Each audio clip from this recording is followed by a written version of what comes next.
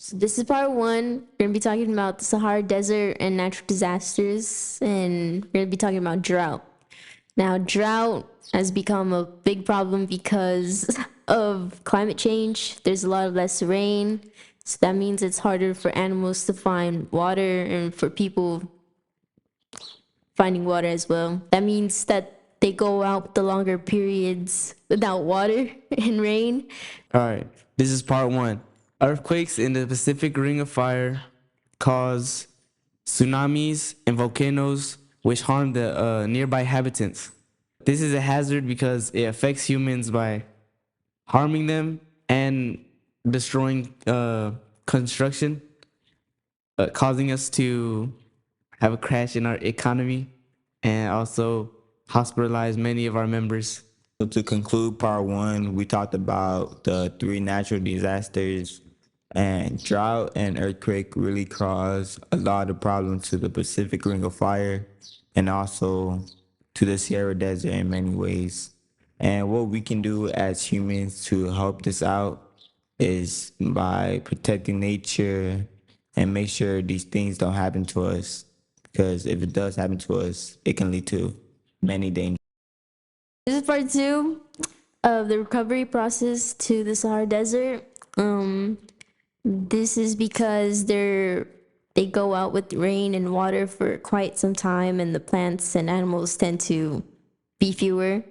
So we tend to just wait it out to recover because the savannas and their grass, they grow quick and faster and provides enough food for the animals. This is part two, and as previously stated, I'm talking about earthquakes in the Pacific Ring of Fire, and what they do after earthquake hits.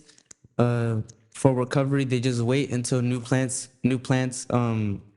grow back, or they start construction immediately right after, and rebuild nearby local places that have been damaged by the earthquakes. So to conclude this part, I'll be talking about the population growth, which was our third thing that we had, and how it really affects both of these areas is by the wetlands, and more people start living there, which causes natural things to stop growing.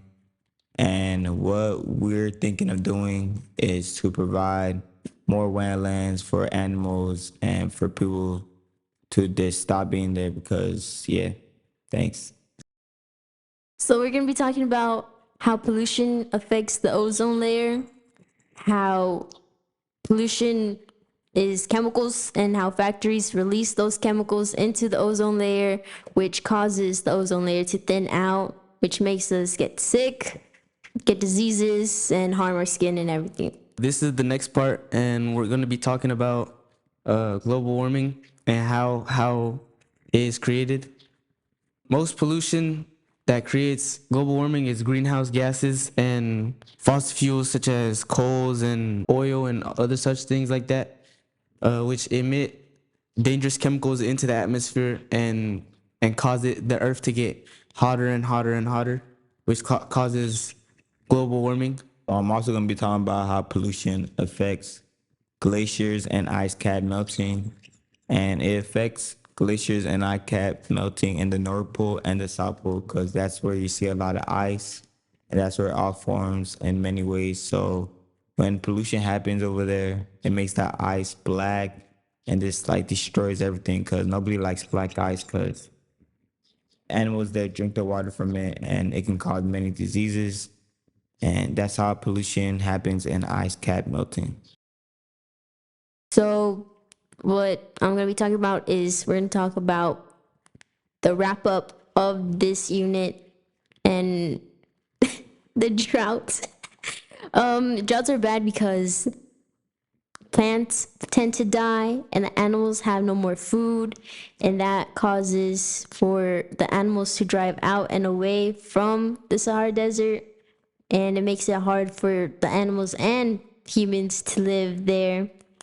So all we can really do is just wait it out till the rain comes back because it's easier for plants to grow back over there And it's easier for the food to grow for the animals and for more creatures to come up from there too. So like grass comes back, herbs come back, little trees come back. It's just an easier, faster process for the rain to come back. So to sum it all up, earthquakes cause a lot of destruction and damage to property. It also hurts civilians, and what we could really do about it is it's not much we could really do except just rebuild and hope it doesn't happen again.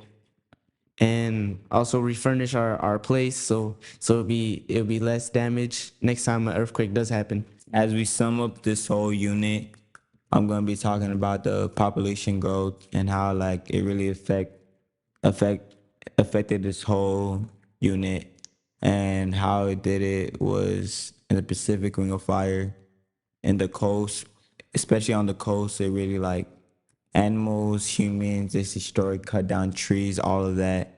And it's affected it a lot. And how I feel like we can recover from all this is by just planting more trees, caring about the environment, planting more trees down, and like we just hope and pray that we just get back to having more nature, because we all need nature to live.